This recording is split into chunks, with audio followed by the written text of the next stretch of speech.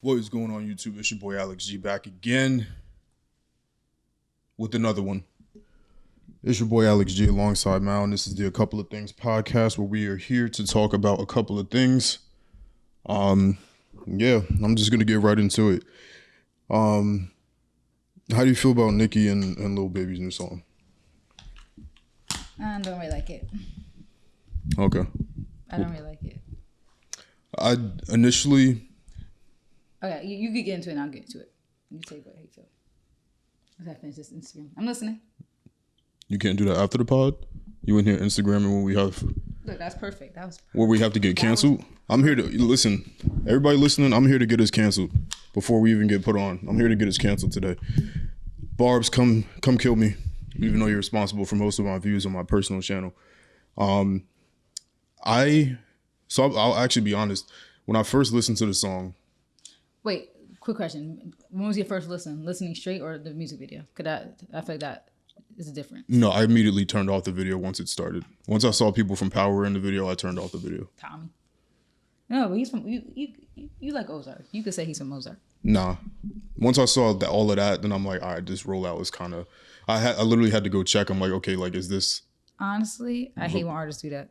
We don't want to watch a music video. Like we don't want to watch a movie. We have actresses and actors that we go to for that. I just want to hear the music. I don't mind that. Well, I mean, don't watch the video then, but yeah, I know. I'm not mad at that. I'm gonna get to it. This is all discombobulated so far, but I'm gonna have clear, concise thoughts for the rest of this. So I like when... First, I'm gonna lead with love. Let's lead with love first, and then we'll go to the heat. So say what you like first. I did not necessarily... The first thing that caught my attention when I heard this song was the production. And I was like, cool, production was great. But, you know, it wasn't what I wanted from Nicki. And still is not. But I listened to it again and listened to it in the car. And I was like, this is a banger. Like, in the car. It's good. The beat. Everything's good, but it's like her cadence, her different vocal, like she was like taking my auto tune off like in the middle of the verse, like all of that. It was too all over the place. Loved it. Oh, you liked it? I liked it because I feel like that's something that you don't get from... It's almost like what makes somebody like Kanye great, because you get so many different aspects of musicality, and I feel like that's really good. Yeah. And like something that Doja does like really well. And something that Nicki does really well is like the harmonization, the singing. She had auto-tune, then she switched back to rapping. I enjoyed it. I like that part. The only issue I have with the song is the fact that it's like... I almost feel like she tried to sound too much like Now. Yeah. And I didn't really like that part of it. And getting the Lil Baby feature specifically, like one of the hottest rappers that's leading the new generation of rappers, grabbing him for the first song of the rollout. Yeah. I didn't like that because she's better than that. She doesn't need to go cling to the hottest rapper for the rollout. Yeah, you know they have another song coming out this Friday. Those two? Yeah, did you watch Oh, you didn't watch the music video. The music video outro was a preview for the next song. So are they doing a whole tape? I don't know. Like, that's what I'm thinking. Like, it could be a whole tape or it could just be a double thing. But let me show you the music video real quick, the end of it. Cause that's what I thought. That's why I was like, the song's all over the place, because I was like, what is this? Because the end was a whole completely different sound. Apparently, the end was a preview for her next song, and the next song is called Bussin'. Even that's kind of like, all right, bussin'. You know, that's like the saying, like, oh, my chain's bussin' or this food's bussin'. Tell me what this sounds like. Because I could tell you what it sounded like to me and what everybody else says it sounds like. But look, see, the end of the music video was like this, right? Mm-hmm. And then I thought this was just an outro. But apparently it's a preview for the next song. This part. Tell me what this sounds like to you.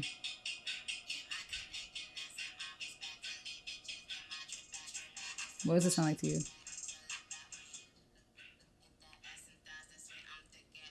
I don't know what that sounds like. Fifi? I've never heard that song. I'll play it next. I know what the song is. It's that 6ix9ine song. Yeah, with Nicki in it. I never listened to that song. Call me New York because I'm cocky, whatever. Or I'm from New York, so I'm cocky. It's that same flow and that same beat. Like, tell me the beat don't sound like a 6ix9ine beat. I've never actually, like, not even joking. I've actually literally never heard a 6ix9ine song outside of Gummo. Look, I actually have it still on here because I was listening to it earlier to see if I could compare it. Let's get taken down. Let's get this whole video taken down. I'm just gonna talk. I'm just gonna talk over it so that this part doesn't get muted. Tell me it's not the same thing. Yeah, it is the same thing. It's sped up. Okay. Same beat, same flow. So I don't know. I feel like Nicki doesn't need to do this. Like, I know she's trying to assimilate to this new sound, but you don't need to do that when you're Nicki. Like, just do you. I feel like this song was kind of her trying too hard. I don't know. It just felt all over the place. Like, I liked the idea of it, but it just was kind of all over the place. I know she's working on her album too, so maybe this not really her focus, but I don't know. I'm psycho, so I like when things are random and don't make sense, to be honest. I think that's what's great. She's not a producer, so it doesn't work the same, but I think that's what's great about somebody like Kanye or like even Kendrick. But the thing is, Kanye does it like flawlessly. I feel like other people try to copy that Kanye Kendrick thing because they see how as popular it is, and it just doesn't work for everybody. Like, they do it effortlessly. Like, they invented it. Maybe not invented it, but popularized it. Maybe I'll listen to it again because it was hitting in the car. I'm not gonna lie. Yeah, maybe I need to listen to it. Oh, well, I did listen to it in the car yesterday, and I still felt underwhelmed. But it's also, we're gonna get canceled by the Barbs for sure. Listen, I said I'm here to get canceled. No, let me say this first too. If any Barbs find this video, I am a diehard. Are you a Nicki fan? I'm a diehard Nicki fan. What you pulling up in? In the Monster. I'm pulling up in the Sri Lanka. I don't know about you. Diehard Nicki fan. Let me tell you guys, put this on the record. Kanye and Nicki are literally the only two people, and then Beyonce is like a third. But I never was a diehard Beyonce fan. But Kanye and Nicki, number two, like top two. Kanye first, Nicki number two. Like, literally my top two artists. Like, you could go back to my Facebook. I had a Barbie chain. I cut my hair into bangs. I tried to do pink highlights. I used to always wear pink. I call myself Mickey Minaj because Mickey was like my nickname. I'm a diehard Nicki fan. I'm just giving her constructive criticism. Like, I'm complimenting her. I'm saying she's way too talented to try to do a new sound or do the sound now. So I just want to put that on the record for any barbers that might try to come for me. You could check the receipts. Go to my Instagram, Facebook, everything. You'll see traces of Nicki since I was in middle school. Like, I literally used to be nobody's trying to find traces. Fan. Like, I literally have a dramatic quote of me saying "Still I Rise," her song with Rihanna. I was all like looking out the window like "Still I Rise" because I was like, "Still I Rise." Yeah, because these girls used to try to come for me. Trying to get your Maya Angelou bag. Yeah, "Still I Rise." Do you know why the caged bird sings? No. I was a die-hard Barb. Like, I want to consider myself a Barb because I feel like I'm not a super fan like that. Like, I'm not like the ones creating fan pages and fighting people in the comments. But I'm a huge fan. And her and Kanye are like literally the two people that gave me confidence. Like, I mean, partially. I got my confidence on my own and with my household. But their cocky music is what made me realize that one day I was going to stunt on all these people. And I am stunting on them. So look, I bow down to Kanye and Nicki. Like, that's my top two. Like, I go hard for them. Nicki Hate Train in 2018. That's the one time I was fighting people because I was like, you guys are doing the most. Kanye Hate Train around that same time. 2018 was a rough year for Kanye and Nicki fans. I was fighting everybody that year. Like, I was going crazy. That was a crazy time. And honestly, those hate trains show you how powerful they are because nobody else has a hate train like that. Like, all right, back to the hate for me. Yeah. So I feel like I hate everything about the way she releases music. I hate when anybody does this. Well, do you know her promo pattern? Because I picked up on her pattern. Yeah, she does. She does lives. Yeah, she does lives. She does random interviews. She starts posting on her Instagram stuff, again. Yeah, all that kind of stuff. Yeah, the interviews. I hate it. I hate that so much. Yeah, I never really liked her at rollout. She doesn't need to do a rollout either. Yeah, you don't need to do the rollout. Why is it that she's the only icon that don't move like Icon? Yeah, you don't need to do a rollout. You drop a song and the whole world's going to stop and listen to it. Like, you don't need to do the rollout. Because it turns me off to everything. Even putting the Power characters in it because Power is popular right now. It's just. I think she doesn't. She must still be in that aspect that she needs to do this stuff, and I don't get it. You don't. Maybe she doesn't go outside. That's why I don't know. Cause when she was at a Lakers game, the whole stadium was cheering like crazy when they put the camera on her, and you could tell she kind of got emotional.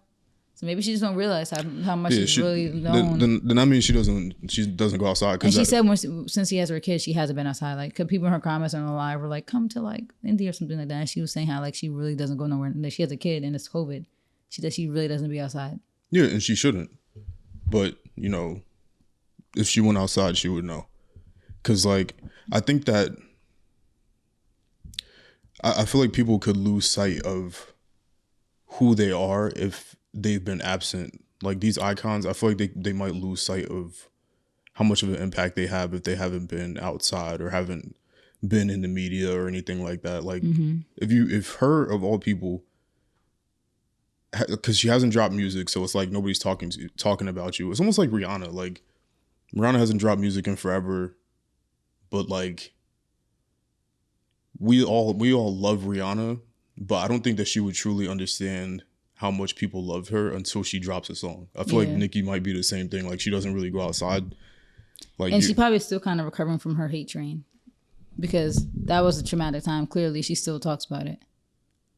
Like everybody was like coming for her, and like nobody in the industry really had her back. So she might still be kind of like feeling like she's recovering from that and got something to improve. But I don't know. A lot of times she seems like she does know her impact, but maybe like you really don't know like that. Like it still has to be a surreal feeling. I feel like she needs to get a better manager. Yeah. If she has one. Yeah. Or somebody, you know what? I feel like every celebrity really needs somebody that's like not in it for the purpose of like status or monetary gain, like being your manager. Almost like they need fans to direct them and tell them what to do. Yeah. Like a lot of times like fans really give good advice. Like I've seen literally people write TikToks. Like this one girl said she wishes she was like this celebrity's PR, and she said if I was someone, like she has a whole series on TikTok, like what I would do if I was so and so's manager or PR, and like everybody's like, wow, like this is actually really fire. Like I hope these like somebody sees this, because she had like some crazy ideas. Because what happens is all these managers manage a bunch of different people, so they don't really care about you, and because managers, you're gonna get their whatever their fee is, which I believe might be 20% of all your deals.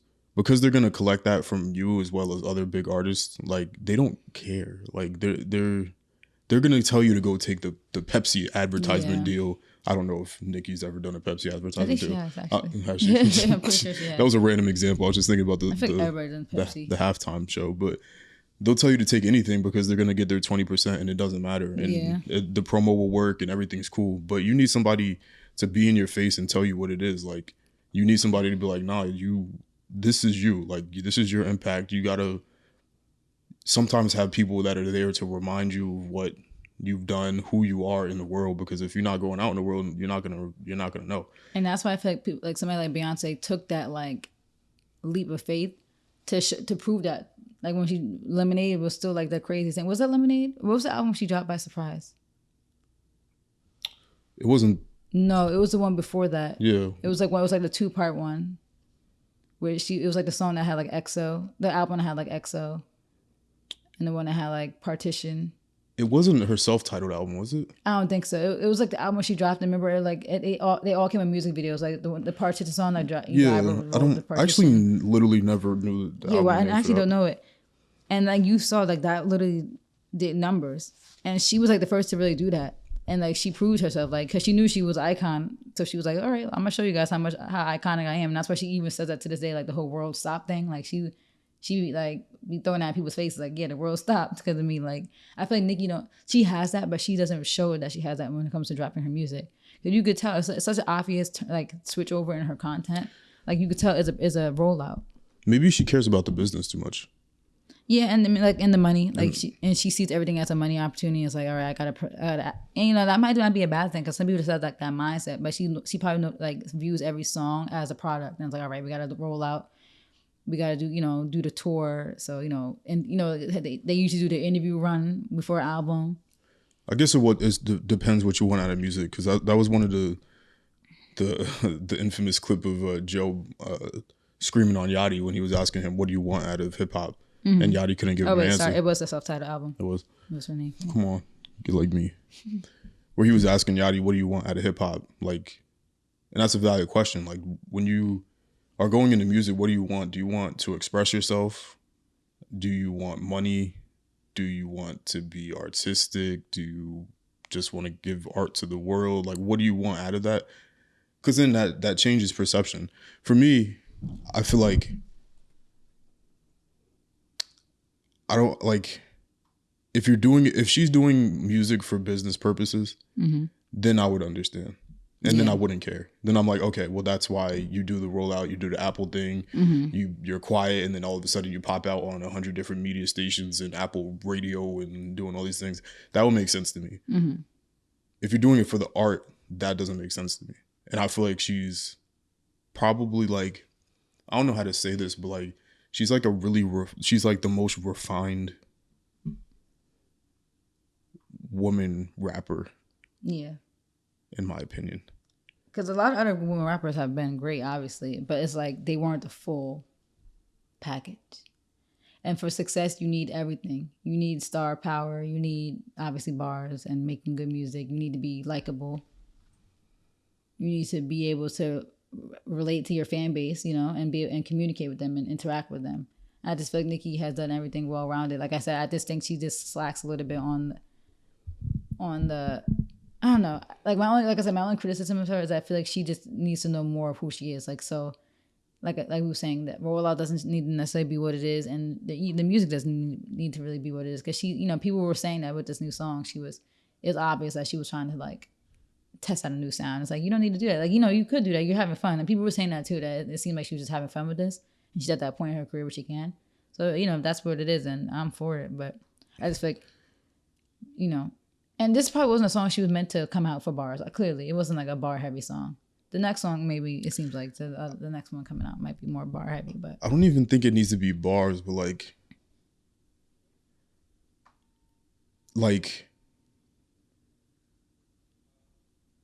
I don't know. You know, it's tough because, and if it's not clear, I need to state I am a music nerd. Like, I consume a significant amount of music. I'll go rattle off mad Nicki lyrics right now. At one point she was probably one of the top people I listened to. That whole Young Money era was crazy. Yeah. But nobody else will ever have an era like that. So I don't ever want it to be misconstrued that I don't like her music. Just constructive criticism. I hold her to those standards. Yeah. But I don't even know how to explain it. Like, I feel like on past albums, I don't think she ever necessarily chased a sound. And it's tough because this is one song. Like, you know, this could be a throwaway for all we know. It might not even make it on the... That's the thing. That's why that's my criticism, because I feel like she never has chased a sound. She always has done her own thing. Like, Laugh Now, Cry Later came out, and I don't even think that was on CLB. Yeah, what was it? And that song was huge. Mm-hmm. So, you know, not to get all critical, but, you know, I did end up in New York. I'm not gonna lie. But, you know, I'm a production person, so when the beats was switching, I was like, when the melodies was hitting, I was like, yeah. I mean, sometimes songs have to grow on you too. Like, lots of songs, I will admit, there's so many songs I don't like when I first hear them. But then again, there's songs I love when I hear them. Like, Off the Grid, when we was watching the listening party, I was like, this is because you like anything with 808. No. Do you think Nicki has any classic albums? Well, I would think her first, Pink Friday. Do you listen to Pink Friday? No. I've listened to it. See, that's the thing about Nicki. Like, her songs, I want to listen to it on a daily basis, but if I'm in a mood to listen to her old stuff, I listen to it. And it gives me nostalgia. But I don't know if I would say her stuff is timeless, though. And that's kind of a scary thought. I still go back to her music. No, me too, all the time. I'll be slapping like, all the time. As bad as Super Bass is. No, I don't listen to Super Bass be hitting. I didn't like it back then either, and I guess I've always been a Nicki fan. I never liked her pop stuff, and I know that's her. The pop stuff is her. No. Hey yo. No. Yeah, I still go back to that stuff. I mean, like a classic. I would think, yeah, her first one, which is kind of like crazy. I mean, Pink Print was really, really good too, but I don't know if I would consider that like a classic. Like, I really think classic Nicki is like that. Pink Print. That was the third one or fourth. That was the one that came out when we was in college. I don't know why in my mind I always thought Pink Print was the first one. Pink Friday is the first one. Pink Friday, and it was Pink Friday, Romans Loaded, and then it was Pink Print. You know what's so crazy? That Pink Print, that was like her third album. We were in college. Like, It seemed like when that came out, it was so like she still feels like the same level of stardom now, but it's like no, it was so long. That was 2014. Her albums. She don't got that many. She only got like 5. Sent her out of here. That was the one with like Crying Game. A lot of people didn't like Pink Print. I liked Pink Print. I'm gonna go back in here and look at it. In a way, she almost kind of reminds me of like, and this is gonna sound nuts to everyone. She almost reminds me of Kendrick in a way. Because wait, am I dumb? Oh yeah, Pink Friday Room Reloaded. That was the re-up. Was that the same thing? The re-up? Yeah, right. Pink Friday's Room Reloaded was the re-up. I don't know what. I think it was with the same. I'm gonna go through them all, but let me clarify what I just said.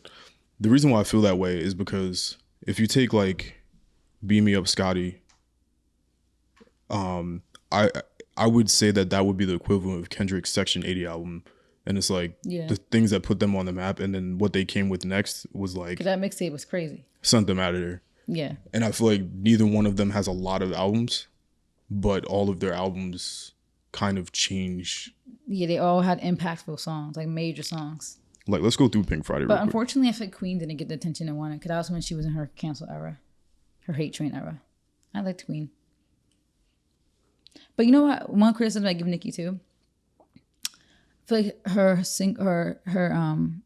features were some of her best work.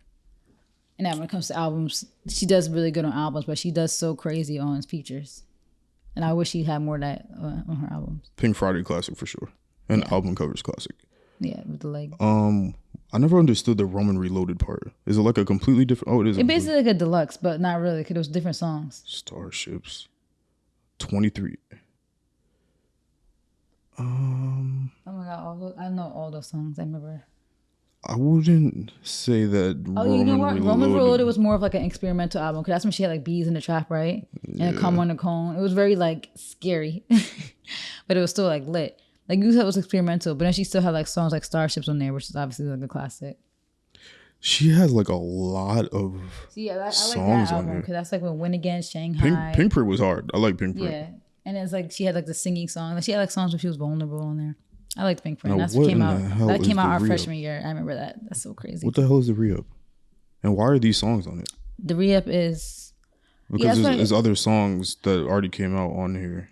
Yeah, I think that was the deluxe basically. But why is High School with Lil Wayne and that was a good album. Bees in the Trap on the same? And why is Starships? Okay. I don't know what that I think that was like a deluxe album. I think it was Pink Friday, then it's Pink Friday from Reloaded, then it was the re-up, then it was Pink Print. Okay. And then it was Queen. There's a lot going on. I like Pink Print a lot. I don't know if it's a classic. Because I don't know how other people listen to it, but that's... Oh, wait, what is Queen? What is Queen? Queen is the most recent one. Because I like Pink Print a lot. Like, yeah, that was the one, yeah. And that one has like a close connection to me since it like came out in college. So, you had to have your album, your Nicki album that's linked to your college era. Yeah, I don't think anybody's playing Queen. Because that was her cancel era, unfortunately. Yeah. I mean, there wasn't really, I'm gonna go listen to it again. My fault. Let me see what was on there. I know it was that song when she did the remix to Biggie's thing. Chun-Li Barbie Dreams. Yeah, I don't know. Hard White was a good song. That was the one that was like work hard and get hard back. You know that? No, I need to go listen to it again. I don't know why I thought Queen was the one I liked, but Pink Print is the one. And Pink Friday is the one. Queen had Good Form. You know that song. Remember? Good Form, yeah. But I didn't like it. Chun-Li's hard, though. LLC was pretty good. Yeah, I mean, Queen was a good album, but it wasn't my favorite. It wasn't. Yeah, we could get off Nicki, though. But yeah, I good to see her outside. Good to see her in good spirits. She did the lives and stuff like that. It was good to see her. She's in a good place. I feel like, she got her kid. She got her husband, How do you... She's successful. Very last thing, and I'm going to keep it short. Do you think that her lyrical content is going to change now that she has a kid? Maybe. If Bussin's coming out, I feel like I know. That's probably not the case. I mean, it should probably add some more stuff about it. About, her experience of being a mother and having an actual son now. But do we want that? Do people want that? They might.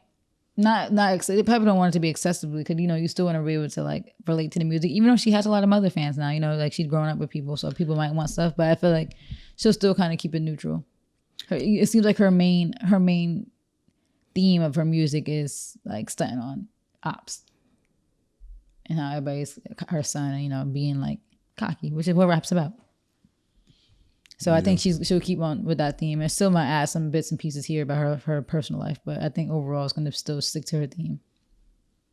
Clearly, this whole song was about ops.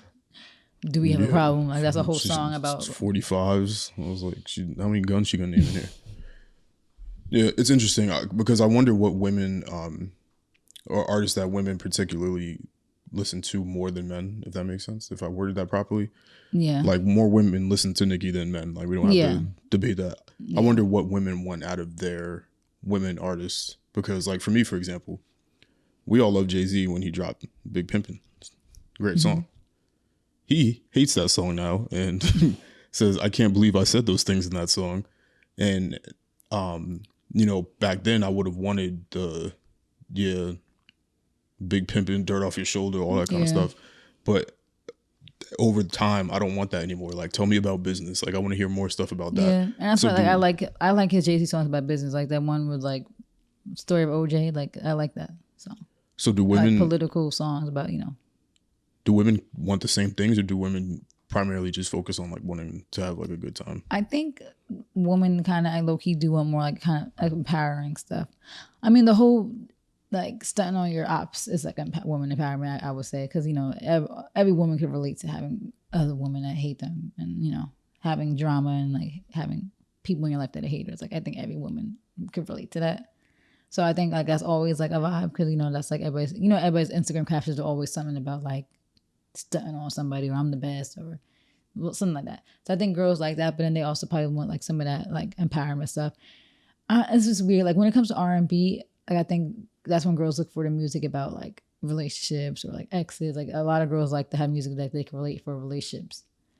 But yeah, other than that, I feel like I saw there was what's that guy, Black Youngster and Money what's the what's the one that's dating Ari? Moneybagg, yeah. They have a song coming out, and everybody, all the girls in the comments were like, no, like this is old. It is kind of getting old. The music, the derogatory language, talking about women, like breaking them down. Like I don't think nobody really likes that anymore. And even women do not to ourselves. Like nobody really wants that anymore. It's like I never liked that type of music. Honestly, it's like ew. Like why do girls be you in the club dancing to a song of a man like basically comparing you to like an item? Like no. So yeah, I think that's the main three categories: like relationships, like being a boss or whatever, and stunting on your haters. Cause that's my favorite. That's my favorite genre of women music, is haters. Because you know me, I love the flex on my haters, cause I know they mad. How do we feel about the A$AP Rocky and Rihanna pregnancy? Wasn't really a surprise to me. It was cool to see it be official. But honestly, back in a few months ago when the rumors came out, I believed it to be true, because something about Rihanna's response to "they make me pregnant every few months" was like, she trying to hide it. And then there was a video a week before she announced it where she went to Sephora, like the one on 34th Street, I think. Or it was like, yeah. What's that main Sephora? It was 34th. Yeah. And she was like hugging, like she didn't really hug anybody, but then she hugged somebody, I guess maybe that she knew. And it was one of those weird hugs. I was like, Like it was kind of like a side hug, and she had like a jacket. And you could tell she kept trying to like hold it. I was like, So, not shocking. I think honestly, I kind of thought her pregnancy pictures would be like, announcing the pregnancy would be something more fire. I think it was cute, but I don't know, something about her being like, apparently they were on 125th in Harlem. That's where the pictures were taken. Listen, I think that makes it even more swaggy. I told my parents that today. My mom was like, huh? They're from Brooklyn, so they was like, on 125th. They didn't even know that's what she was. I'm like, how you not know? You didn't know this? I mean, that does kind of make it swaggy though. Like you a billionaire and you like a lit person, and you right in the hood where your man's from. Yeah. So I mean, it's kind of lit. I'm sure they have extensive security, but I honestly thought for Rihanna, like pregnancy pictures was gonna be something fire. Like I don't know how I felt about the jacket with the stomach out, like in the chin. I don't know. It was a little kind of. I feel like that embodies her personality though. It does, like fashion plus the baby. Like not even that. It's more like I don't give a fuck about like you thought she was gonna be like in the studio doing like one of these. Not even that, but just something kind of more like swaggy. I feel like she was never like dainty like that. If that makes sense. Not dainty. It could still like me. Like when I announce like when I'm pregnant, I'm gonna have some sneakers on. I'm gonna do keep my streetwear look too. Like that's nasty. Okay, maybe not like that. Definitely not a nose that you got on right now. You need No. You need to throw those out. No, I'm not throwing these out. I just got them for Christmas. I'm one of these. I love the color. You're a hater. Anyway. Yeah, like I do. Yeah, I feel like the pictures didn't body her. Honestly, like they weren't that bad. Maybe I'm exaggerating. Like they were pretty hard. I honestly just envisioned something different. Like I didn't think it was gonna be a studio setup either, but I just thought it was gonna be something a little different. Like it's just funny. Isn't it funny how she's like embodied like the New York vibe now? I mean, she always kind of did because that's where she moved to. Like when she was with Jay-Z, right? Yeah, I feel like she's been over here forever. Yeah, right. Maybe I'm bugging. Maybe I'm bugging. She never did the LA run, right? Yeah, I don't think so. I mean, so maybe I'm bugging. I don't know why I feel like this New York thing is new. I just think we haven't really seen much pictures of her like that before. Yeah, I feel like... Yeah, maybe she always looked at me. Maybe I just haven't noticed. Yeah, I feel like she always has. But that's like another thing. Like, I feel like... Yeah, because she was with Jay-Z. So I would think she came to New York after she moved from Barbados, right? It says her main spots were in LA and Barbados. Oh, so maybe she was in LA. But as of 2019, it seems that she spends most of her time in the UK. She did have a run in the UK. She lived in the UK for like a few years actually, and she was dating that guy, that billionaire. Oh yeah, that white guy. I forgot about that. Yeah, they were like low key. That was hilarious. Yeah, so random. Yeah, she has a lot of money, so she's all over the place. But there's a lot of people that live over here that they just disappear. We were talking about that today, like how a lot. I think Amir was saying somebody met Rihanna or saw them. Like it was funny. The same night that they were at Peasant, Amir said like when her coworker saw her, I'm like, yeah, that's weird. Me and Alex were like around the corner that night. Like that's just how it is. I'm like, we was gonna go to Peasant tonight, which is funny. What if we saw them? We gotta go to the list of stuff that celebrities go to. Honestly, I want to try Carbone. I want to just see what the hype's about. I want to go to Carbone. I heard it's good, so let's see what the hype. Peasant and Carbone are both Italian, so I will go to both. But basically, I see what the hype. But Noble, we gotta go to Noble. Do they do DoorDash? No, babe. We will sit down. Don't play with me. I'm not doing DoorDash. We gotta get the experience. The experience. Yeah, Alex. We've been going to the city for so long and actually haven't really done a good restaurant run. We kind of go to like basic places when we go to New York. That's because I hate going to New York. No, but if we have actually a list of places to go eat, then I think we'll be good. Like I think if it stresses us out because we don't have a plan before we go, we need a plan before we go. So we nah, dog, this can't be the Carbone menu. Yeah, this is Carbone. I seen this. The Chef Boyardee. It's not Chef Boyardee. That's not Chef Boyardee. No, that's like how most Italian food looks. Nah, babe. dog. That's how most Italian food looks. People think Italian food looks like. No, I know that, but I'm saying people are paying what for? It's not that expensive. Look at the money symbols, like 2 symbols. Yeah, so why are we going there? Because it's good, and everybody says it's good, so we're gonna try it. Don't push back. Ow. All right. Well, I'm gonna keep my thoughts to myself. No, we're going next week. How do you feel about the Rocky backlash? It was expected because these bum, ugly roaches on the internet are just mad. First of all, relax. That's what saying stuff like that is what got him in trouble in the first place. I said we were gonna get canceled, but relax. Sorry. People need to buy the business that pays them. That's like the main thing. Like, first of all, it's so much to unpack. The main thing I seen is she downgraded. She's a billionaire. When you're a woman, you date up, not down. But how come men have to date down?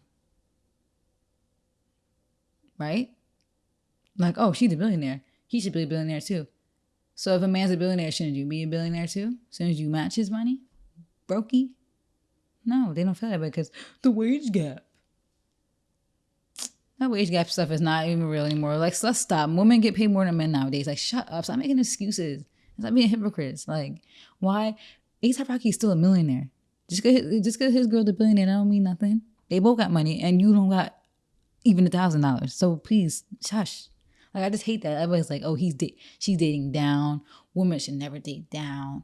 Blah, blah, blah, blah, blah. I'm like, why are there always so much rules? What does that mean? Like dating down? Financially. Could they think that means that's like such a hindrance on you if you date down? Like, I'm like, how? But it's not a hindrance to a man. Like, why does a man have to provide money? Because the white man wrote the rule book about society? And said that men had to provide? When you're... Back in the olden days when women were just having babies and popping them out, yeah. She's a billionaire based on the value of Fenty? Yeah. The value of her makeup brand, I think, primarily. So, which is the same thing that made Kylie a billionaire. So makeup is clearly where it's at. But Liquid would probably be not $1 billion, probably. No, for people sure. People don't understand obviously. the difference between worth and actual cash. That's the one thing. People are kind of slow in the head. They didn't go to school for anything business or money related, or don't read books. So they're kind of slow in the head and don't realize that Rihanna likely doesn't have $1 billion liquid cash that she just has on hand. She probably doesn't. Neither does Kanye. Not doing. They're worth $1 billion. Elon Musk got stocks. He don't even got money, really. He got stocks. Like, people are just kind of slow. LVMH bought them though. What? Fenty? Yeah. Her makeup or her bras? The whole brand. Oh. Wow, interesting. So that's probably why her value went up after that purchase. So technically, she probably would have that in cash. I'm sure she still has more liquid cash though than ASAP. Well, obviously. Yeah, like that's. I'm trying to figure out what that looks like though. But at the end of the day, they both got money. Like people, and at the end of the day, people need to get through this. Like it's just so weird how people look at relationships compared to like friendships or anything else. Like they put so much transactional things on relationships, but not on friendships. Like even with the whole like, oh, if you and your man split the bills, that's your roommate. But if you and your friend split the bills, that's fine. Like how come my man got me my roommate because we were trying to be financially responsible and split bills? I don't know. People are just weird. Like they make everything's about money for a lot of women, and that's why they're gonna end up miserable, not truly knowing what love is. Gonna die old and shriveled up and miserable, but hate in their heart and brains. One interesting thing that really wealthy people tend to say is it's like a difference between and another thing before I even say what I'm about to say, I would say most. I think it's probably closer to around. I wouldn't even know what number to put on it. I know because I don't know it for billionaires, but I know it for millionaires. How many of them came from scratch and made their money? Most people that are millionaires did not inherit the money. Most are self-made. Rihanna and ASAP both self-made. Yeah. Yeah. And they clearly, truly love each other. They've been cool for a minute, like a while, like over 10 years. Like, believe it or not, people are in relationships because they love each other, not because of money. And money is clearly not an issue for either of them. They both have money. Like, I don't get it. This is so weird. Like, why? What is it with society that the man has to make more money? Like, why? I need a clear answer. Why do you think that society thinks that men have to make more money? Is it because of, I know the answer. It's because of, how things used to be. Women used to traditionally were at home, bearing the children, taking care, and they didn't have jobs. So there's a wage gap, so men were making more. That's not why. No, but that's the thing. Men are always the providers. They're the ones who hunt. Yeah, but that's not why that. That's not why that take care of the babies. That's not why that thought process is here now. No, it's because that's where it's rooted from. That's definitely not why. It is, baby. Everybody's always like, my grandpa paid all the bills. But, your grandpa paid all the bills in 1961. But that's not why they feel that way. They feel that way because they're lazy. That's why they're saying that. They're just using that as like a blanket. Oh, this is how it used to be. True, oppression. Blah blah blah. Somebody famous tweeted recently that he's glad he never messed with broke women. Some rapper. I don't know if you saw that tweet. I don't know. It might have been Moneybagg Yo. Somebody tweeted like, "I'm glad I never messed with a broke woman before." And let me know. I tell you, the woman in the comments was mad. Like, what are you so angry about? Why are you mad? He said that. Like, it's okay, brokey. It's okay. They're hiring a lot of places right now. It's okay. Go get certifications. Harvard Business School got certifications. You go get some, pay $1,600. You go back to school. Get a major in something that's actually going to make you money. That's what, like, you could start a business. It's okay.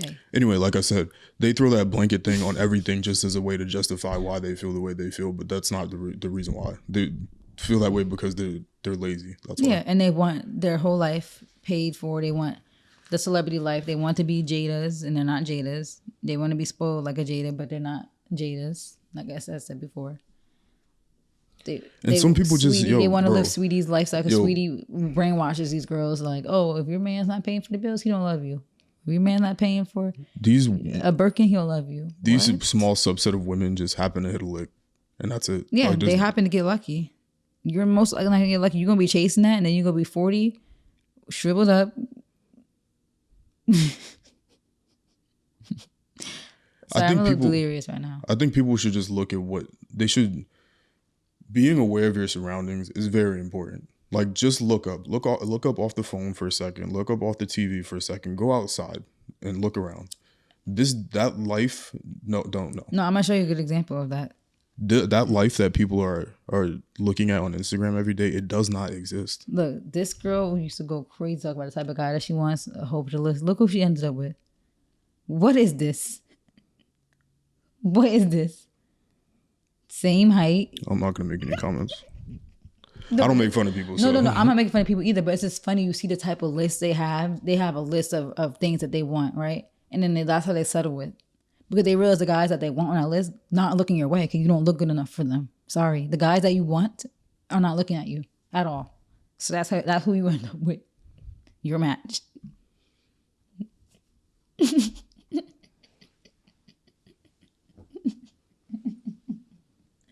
Please ignore me. I'm sorry. You said we was gonna go crazy. I'm going crazy. I'm going in. It's all or nothing. That's the brutal honesty, though. Can you agree that women and men too do this too? They'll make a whole list of, my girl gotta do this. She can't have this many bodies. She can't do this. She can't do that. And then you see who they end up with. You're like, well, you ended up with your match. You had all these expectations for what you want, and you don't even look like what you want. You don't make the money that you want the man to make. You don't even make that, but you expect him to make that. You don't look like that. They'll be like, my man got to have a 6-pack. You got a food buff. Please sit down. I'm sorry. You want a man with a 6-pack and look at you. You want a man that's this tall, but you look like a little stubbly. Sorry, I'm going in, but it's just that brutal honesty. Like, I would never expect somebody to be something that I'm not. I just wouldn't expect that. I wouldn't say I want a man that's athletic and I don't even go to the gym. I wouldn't say I want a man that got that much, got that makes like $200,000 at 25 years old, but I'm not making that. I would never expect that. I wouldn't say I want a man that's like if I was 5'1", why you want a man at 6'1"? Girl, if you don't get a 5'5" man and go somewhere, like, I don't know, it's just something about, like, I don't know. And at the end of the day, you could have what you want, you could have expectations, but at the same time, don't be shocked when you're disappointed.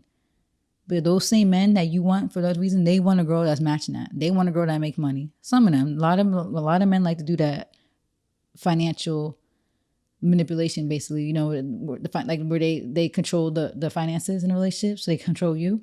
So a lot of men will go for you for that reason, just to control you, nothing more. But a lot of those men that, like, you know, are top tier, what you would say, or high value, like Kevin Samuels would say, want women that match that. And you want all that. Talk about my man got to have his own place. But how you tweeting that from your mom's basement on your mom's phone plan? My man got to be independent, got to have his own place. But you living at home, still on your parents' plan, and you almost 30. You know? So this is the brutal honesty. And it's just crazy that people try to project that on Rihanna. Like, honestly, like, Rihanna better than me.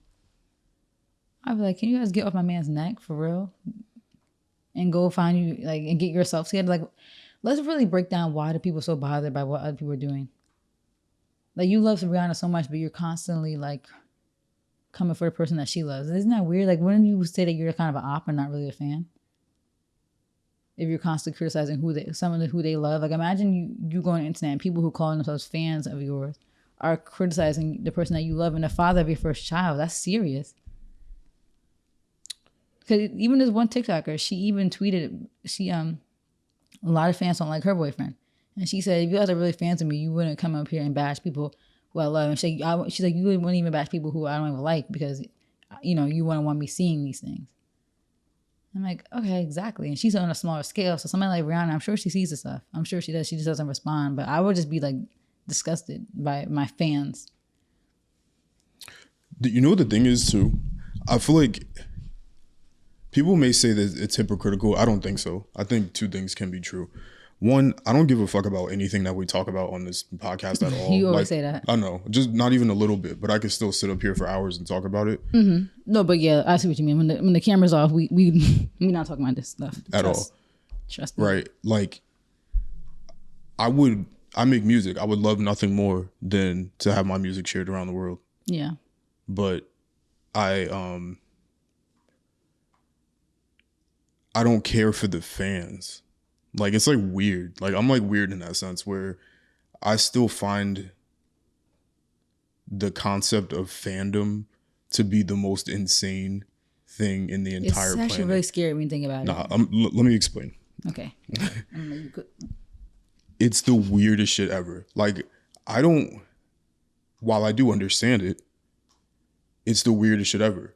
I like Kanye's music. I like Nicki's music. I like Rihanna's music. I like A$AP Rocky's music. I like a lot of people's music.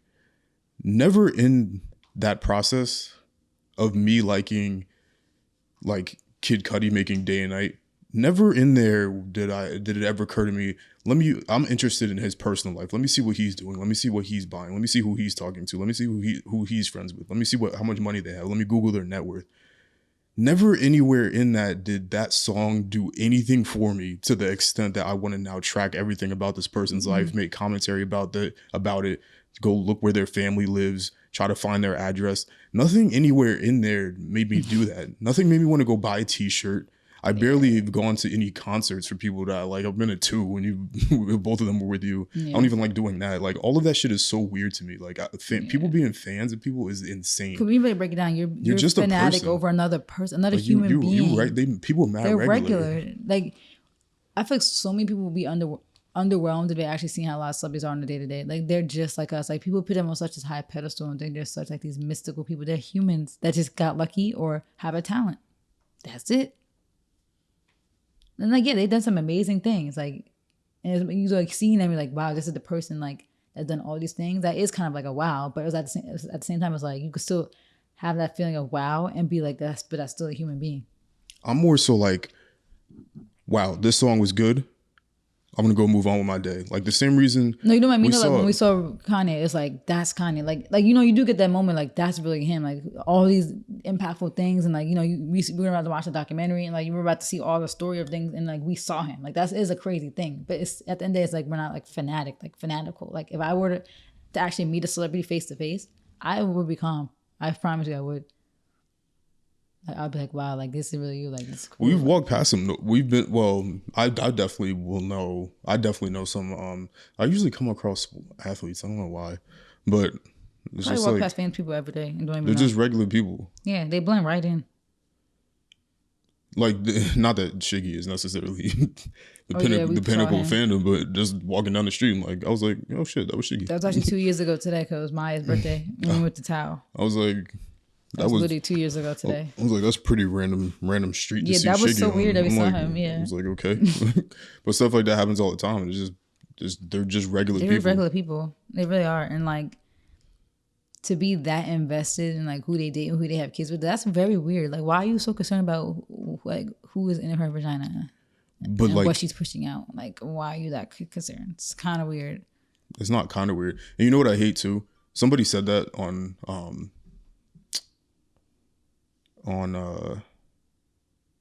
Instagram, I think, and they were like, why are y'all so like, in like, they literally just asked, like, they were like, they didn't even ask, they weren't even asking for any input, they were just like, I've just never understood why people like are so crazy. It's funny, and then somebody their only answer is let people enjoy things. That's the only answer. No, their reply was like, oh my god, you're so much better than everyone because you don't follow people's celebrities' lives. And then somebody else replied back to them, they're like, yeah, because that shit is weird. It is weird. Because if you really break it down and ask people questions about why, they'll never give you a full answer. And like, you know, from my perspective, I always told you, like, when I like watch, you know, I go to the shaving room and stuff, it's just because it's entertainment. It's funny to me. But at the end of the day, I really don't care. So I don't even follow the shaving room. Like, at the end of the day, I'm not like living, breathing. I don't comment on everything. Like, when Rihanna announced her pregnancy, I just retweeted it. I'm like, all right, like, you know, cute, congratulations. Like, it's cool to see Rihanna like accomplish her goals and dreams and now have her kid at 33. Like, that's, I feel like, the new wave. Girls having kids in their 30s and accomplishing their stuff in their 20s and living their lives. That was it. I didn't say anything about it. But then you have people back-to-back tweets. Oh my God, Rihanna's pregnant. Oh my God, screaming. I was like, whoa, it's not that serious. Listen, you say you don't care. People get pregnant every freaking day. Like, relax. I really don't care. That's why I always make sure to interject every once in a while that I don't care about anything that we talk about. I know you don't. So like, I just make sure I interject that because it's weird. Like, you know, figure out I would find it less weird if like you were successful in whatever your concept of being successful is, whether it's career, money, family stability, whatever it is. Mm-hmm. Because if you haven't achieved that, and you're debating the father of an unborn child on social media, for free, making Twitter more money off of ad revenue and making them even more billions of dollars, you're doing that. That's the weird shit. Yeah. Like, you're not getting paid. Like, at least much as I hate TMZ and the Shade Room and every saying, media like the company, TikTokers, like I mean, that's like the YouTubers that we see that make the tea videos. As much as I hate all of that, they getting paid. At least they're getting paid for it. Exactly. Like, that's lit. Like, your random comment, and I've always said this about people commenting on sports athletes and this or that. Like, that's why you'll never see me slander a sports athlete ever, because I could never do that. First of all, these are some of the highest performing athletes in all of human history. You could never. I could never. Like, not you personally. I'm saying, like, people who comment all these negative things, you literally could never. If you were in their face, you would get crushed. They would probably break your neck. I couldn't even crack it in high school. So what do I look like talking about somebody that has? And the thing is, they won't say it to their face. That's playing on the highest level. That's gonna infinitely have more money than me. They have everything that you could ever want, right?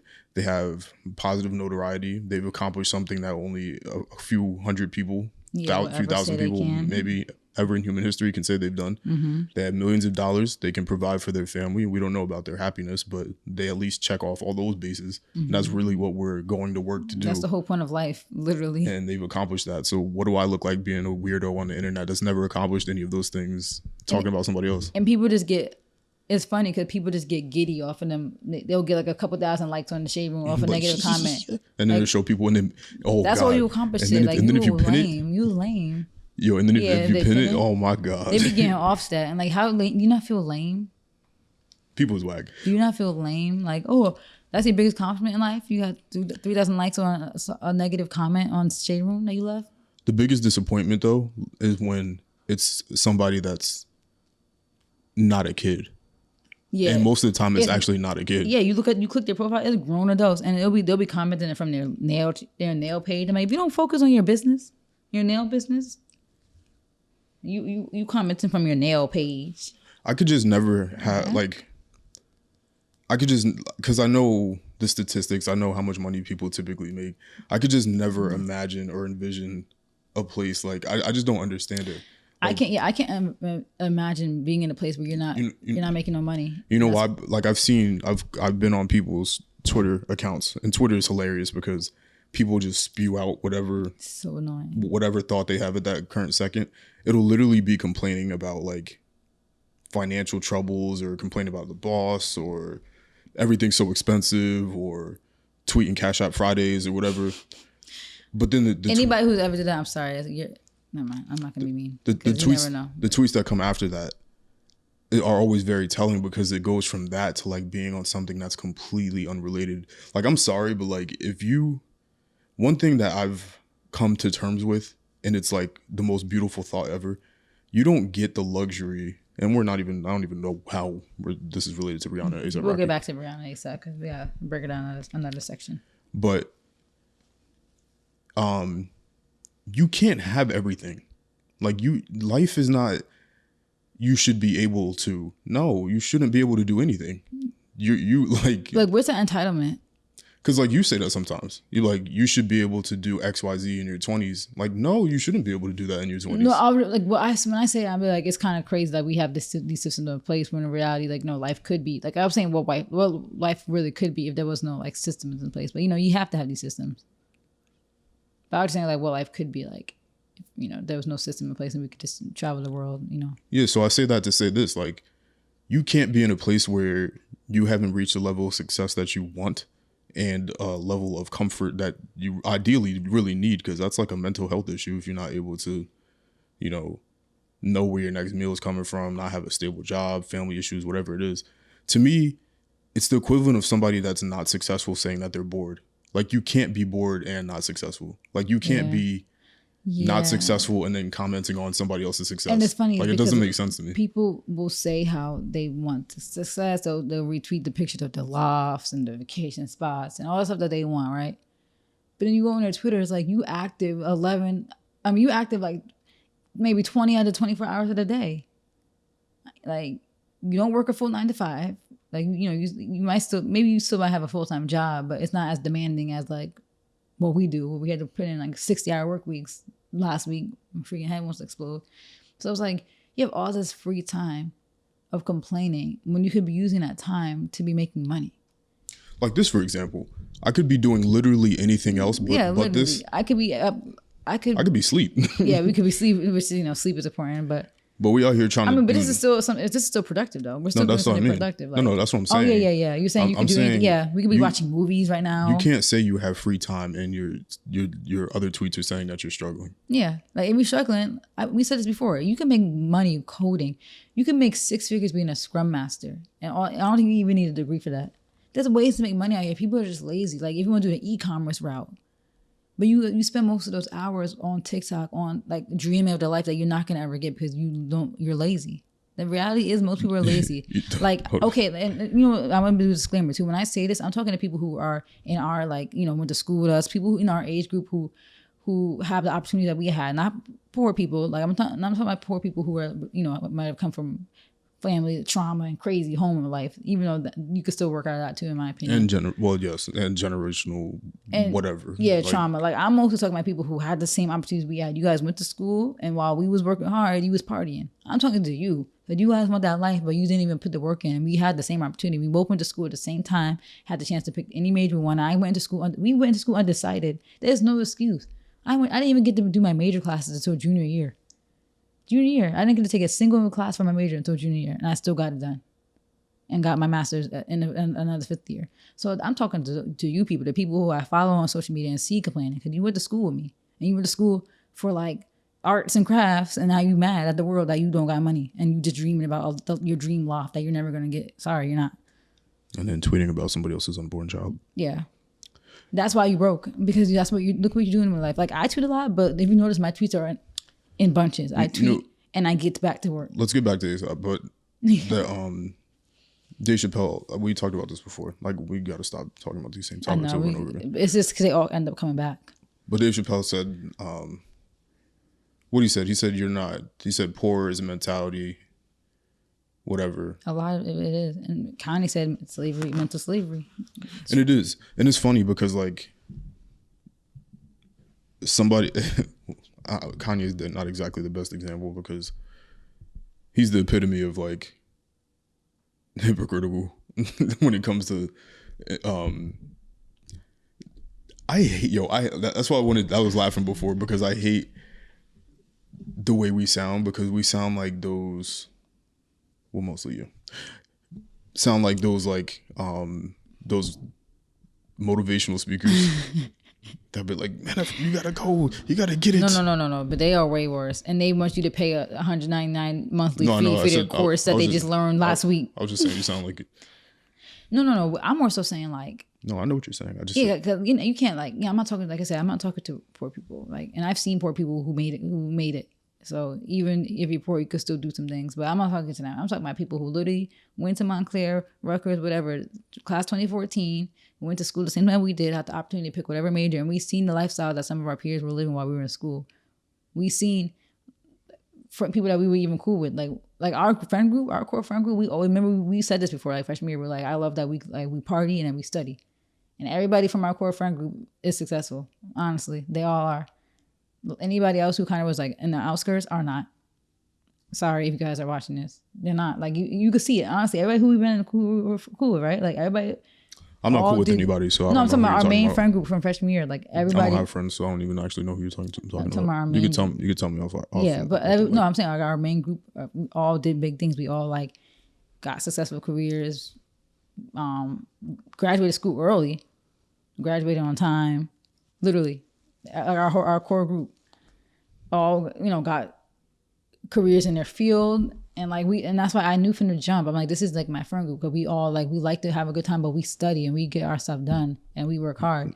So other people that were kind of in like our outer circle. Jump off this. No, I'm saying other people who were kind of in our circle, like I honestly feel like they hang out more, they partied more. They they didn't really. We never hung out with them to do homework, none of that. And jumping off that point, I was just saying, not sound like a motivational speaker or whatever. I'm just talking to people who are our age who make excuses because we had the whole same 24 hours. We literally had more of the same opportunities than other people. Our opportunity was pretty much equal, and a lot of them probably went to school for a lot cheaper than we did. Unfortunately, just because we grew up in a higher tax bracket and didn't get as many grants and stuff, but. Yeah, go ahead. Yeah, I just think the whole idea of celebrities are weird, and I don't doubt that J. Cole said this. I forget what year he said, but he said that by a certain year he doesn't think that celebrities are going to exist, and I agree because I think that the concept of celebrity is a lot different than it used to be, where being a celebrity used to be hard, and now celebrity is easy. I could post a video to let me finish. Sorry. I could post a video tomorrow, go viral, and then make $100 million over the next 10 years. Like Charlie. Like in literally anybody. So I think eventually there's a quote from The Incredibles. When everybody's super, no one will be. I don't know that quote. Come on. And also too, like it was from Syndrome. A lot of celebrities keep saying now, like celebrity is not the same anymore. The one thing that made you a celebrity was that privacy, that secrecy. You don't get that no more. And that's why people being fanatic made more sense back then. Because you'd never seen them, Yeah, it was probably insane seeing somebody. Yeah, because there was no internet to see where they were at. There was no Instagram where they were posting pictures of them at restaurants. You didn't know where they was at. You just had to get lucky and see them. Yeah, by the time you saw it on TV, it was already over. Yeah. Like there was no live stream. ASAP Rocky's walking out of the restaurant, you would have just seen it like, oh, they were caught at this time. Like you would have just seen it. And that would have came out like a week later in a magazine or a newspaper. It wouldn't have been like instantaneously on Instagram where you're like, oh snap, they were at Peasant 5 minutes ago. Let's run over there and see if we can see them.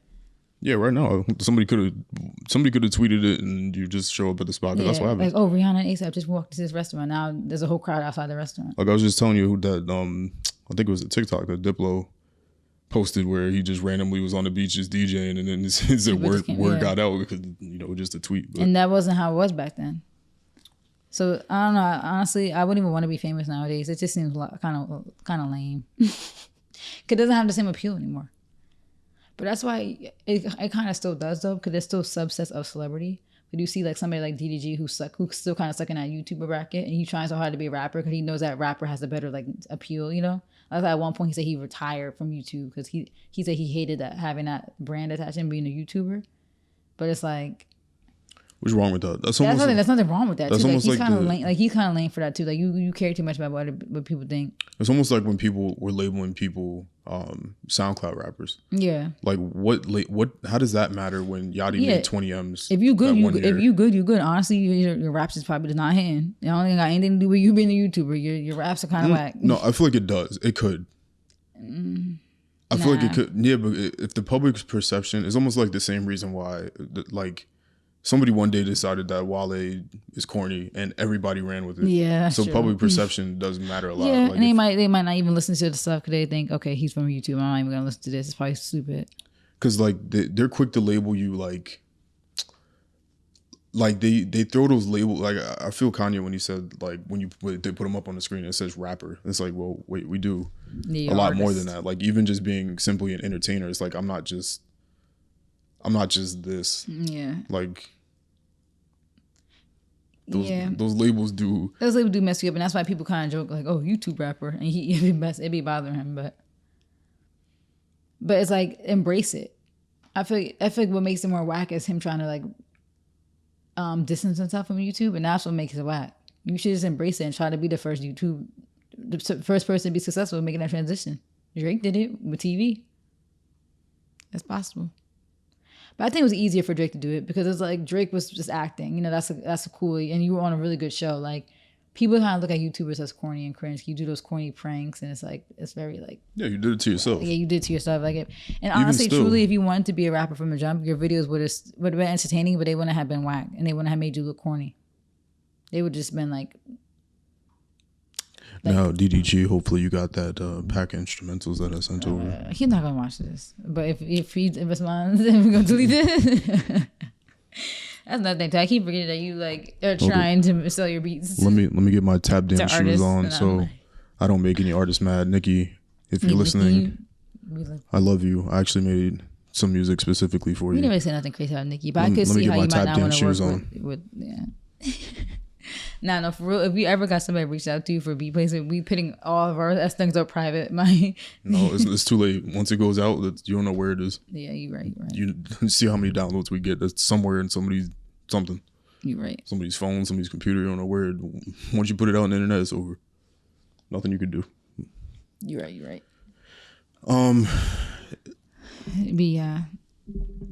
Back for ASAP too.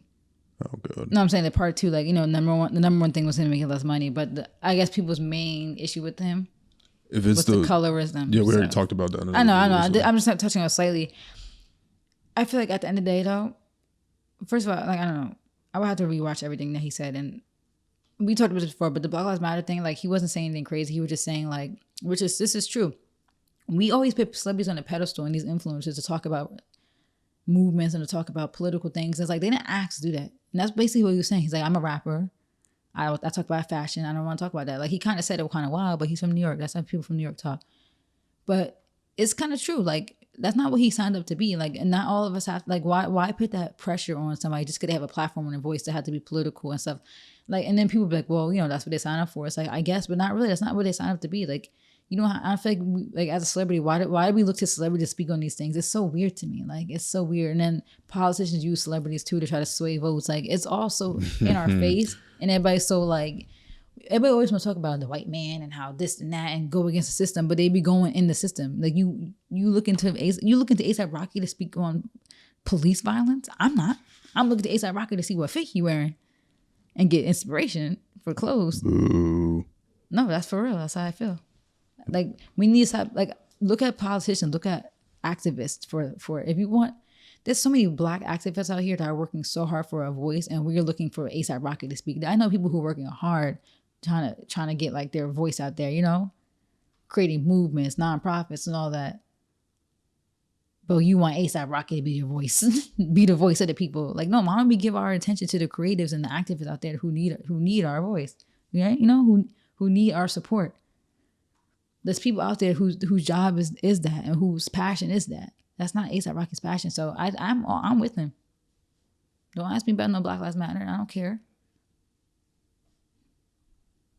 I'm with him, because, you know, not like he doesn't care, but it's just the way he said it was just, it's the New York in him. It's the brutally honest. I don't think he really, like, you know, I don't think he actually doesn't actually care about, like, you know, the root of the issue, and he knows that you know what's going on. He just said that in this interview, I don't want to talk about it. You know, I'm A$AP Rocky. I want to talk about fashion and music. I don't want to talk about the movement, which I could respect him with that. And, you know, he probably does things in private, has his own conversations and all that, but he just doesn't want to be the voice for that, and he just said it in a brutally honest way. With the colorism thing, like I said, I would need to do more research if he's actually is a colorist. The whole lipstick thing doesn't give colorism to me. He just said the color is not flattering, and he's like a man of fashion. So if that's how he feels, that the color is not flattering, then that's how he feels. But then again, it might be the way he said it, and I don't know. Like, I don't know how you could be a dark skinned person and be colorist against dark skinned people. You know? What?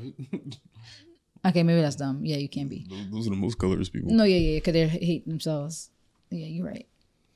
If that's the only thing that people, and I mean, and he does have a history of being around all white girls and dating all white girls, and we had this conversation before. I couldn't find a picture. We couldn't find no evidence. No, but it's just kind of like, there's no pictures. It's kind of just like word of mouth. Like, you know who the type of girls he be with. Like, you know, all these like certain models, and you're like, oh, white. Like who? Because when I Googled before, I couldn't find a single one. It's just, but I can name a bunch of black ones. Yeah, I know, but yeah. So maybe we just focus too much on white. It probably is a perfect mix, honestly, of both. We just focus too much on the white because people just want to be mad. I don't think any of them were dark. Yeah, maybe that's the thing. And maybe he hasn't really been seeing dark skinned models or actresses or anything. But I don't know. Honestly, he's just been with a lot of girls that are like Rihanna's skin tone. Yeah. But I say all that to say, you always gotta keep that same energy. That's always like my emphasis. If you have an issue with ASAP, then you have to have an issue with Rihanna because that's who she chose to date and now have a kid with, right? Like you cannot be bashing ASAP, but then still love Rihanna. Because who you choose to date is a reflection of you, and she might feel that same way too. I mean, she has her broad color ranges, right? And she does all these different things, but that could just be a cover up for maybe deep down she don't like you dark skinned people either. I don't. If that's what people are judging off of, which I think it is, that's the main thing. It's more not even a money thing. It's the colorism and he doesn't ever even speak in public ever. So yeah, that's the thing. They're like, oh, Rihanna's having a kid with a colorist. I don't think having preferences. But let me say this. I know that there are times, and I wouldn't even say that there are a lot of times. I know that there are some instances where someone will make disparaging remarks when they're discussing their preference about something. So I do understand that. Which is wrong. But if somebody is stating their preference about something, that's not like offensive, and it shouldn't be taken. You shouldn't take offense to someone stating their preference, right? I think the lipstick thing wasn't even offensive. Like, for example, if I said my preference was to date white women, that should not be a slight or to anybody. Yeah. It shouldn't be offensive to anybody. Unless you said, my preference is white women because black women are ugly. Yeah, like that's insulting. Me saying I prefer women with lighter melanin should not be offensive to anybody. If you're disappointed, okay. Yeah. Because you of course will want me or whoever to choose someone that looks closer to what you resemble, but that still shouldn't be offensive to anyone because, like, if somebody says I prefer, like, it's almost like even when guys get outraged about women saying that they want somebody over 6 feet, that shouldn't be offensive to you because they're stating their preference. I feel like if you're offended by that, then that's like almost like a self-esteem issue. Because if they're saying like in a disparaging way, like, oh, I only date men that are this, and short men are this, then I understand. But if they're just simply stating, I like this, that's almost like somebody stating like, I like this restaurant. Like everybody else that likes this other restaurant shouldn't now feel offended because I just simply like to eat here. Yeah. I mean, I will say though, just because like a different conversation for a different day, the whole concept of preferences is kind of weird though, because it's like, why is that your preference? You know how I always like to ask why. It's because like, what is the root of a preference? I feel like a preference could be kind of weird though. Doesn't matter. But I just feel like preferring a woman of a race is kind of weird.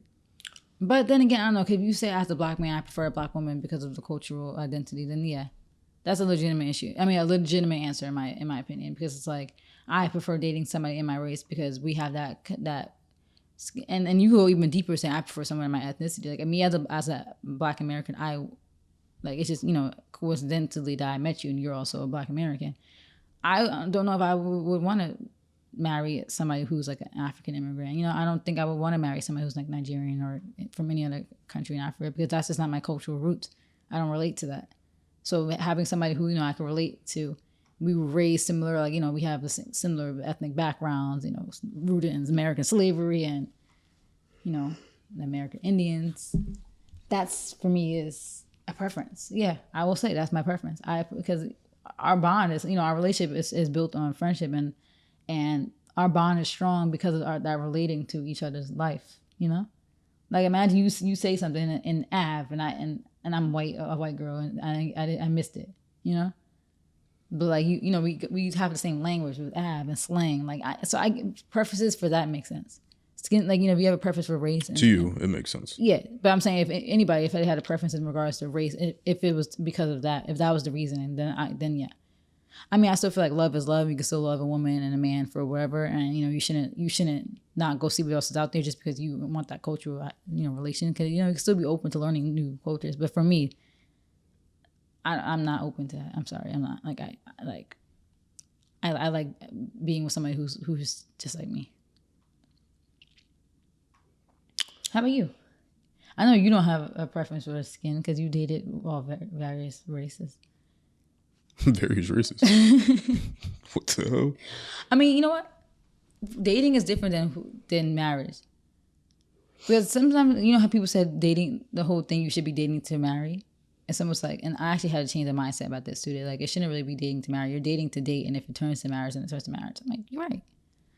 Because, you know, like, I've had a past with the whites, but I would have never married any of them. The whites. You know what I mean? So it's like if me and you never met or a relationship, I probably would have been open to a relationship outside of our race, but I don't think I would have married them.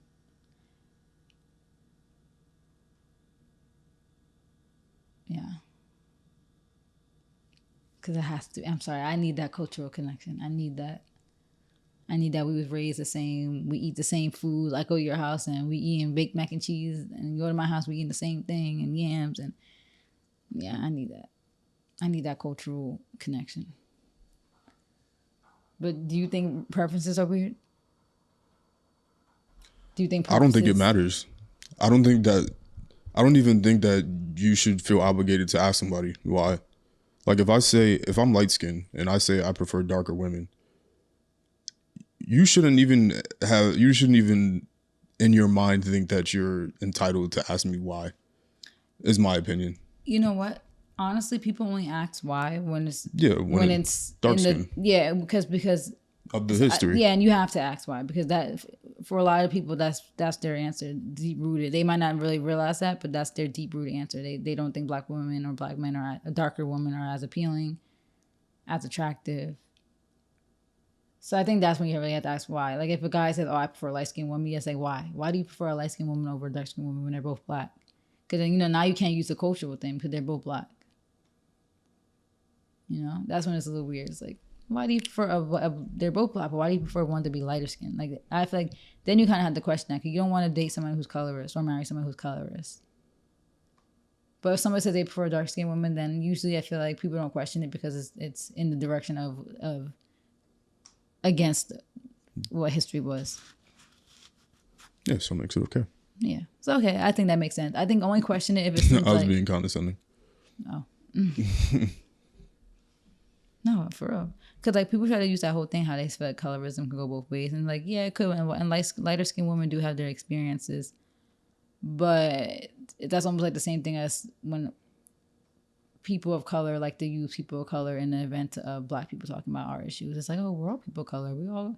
White people are our common enemy. We all need to come together. It's like, yeah, but black people have our own issues that we need to discuss, and even deeper, African Americans, like black Americans, have our own issues outside, like separate from black people from other countries. Like, so there's still subgroups. So lighter skinned women, yes, they deal with colorism as well, but systematically, darker skinned women are on that other end of the colorism, and they get it worse, and because that's deep rooted in that. Like lighter skinned women still do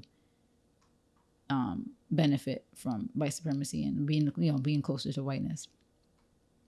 So that's why I feel like you do have to question it when the preference is towards lighter skin, because when you're a dark skinned person, you're literally like, this is sad to say, but you're at the bottom of the totem pole based off racism in our society.